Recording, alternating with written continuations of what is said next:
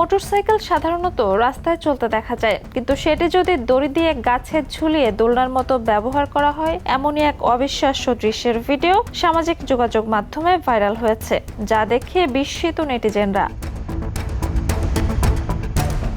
Viral ভিডিওতে দেখা যায় মাথায় কাপড় বাঁধা এক ব্যক্তি জোরে জোরে দোল খাচ্ছেন, তবে কোনো দোলনায় নয়, দুটি লম্বা দড়ির সাহায্যে গাছের সঙ্গে ঝুলিয়ে রাখা হয়েছে একটি মোটরসাইকেল। এরপর তার উপরে বসে সেটিকে দোলনার মতো সামনে পেছনে দুলিয়ে দোল খাচ্ছেন তিনি। আশেপাশে দাঁড়িয়ে থাকা মানুষজন বিস্ময় ভরে পুরো দৃশ্য দেখছেন, আবার অনেকেই মোবাইল ফোনে ভিডিও ধারণ করছেন। যদিও ভিডিওটি ভারতের কোনো গ্রামীণ এলাকায় ধারণ করা হয়েছে বলে ধারণা করা হচ্ছে, তবে সুনির্দিষ্ট স্থান এখনও নিশ্চিত হওয়া যায়নি। সাম্প্রতিক সময়ে ভারতের বিভিন্ন এলাকায় এ ধরনের ঘরোয়া ও ব্যতিক্রমী স্টান্টের ভিডিও সামাজিক মাধ্যমে বেশ জনপ্রিয় হয়ে উঠেছে।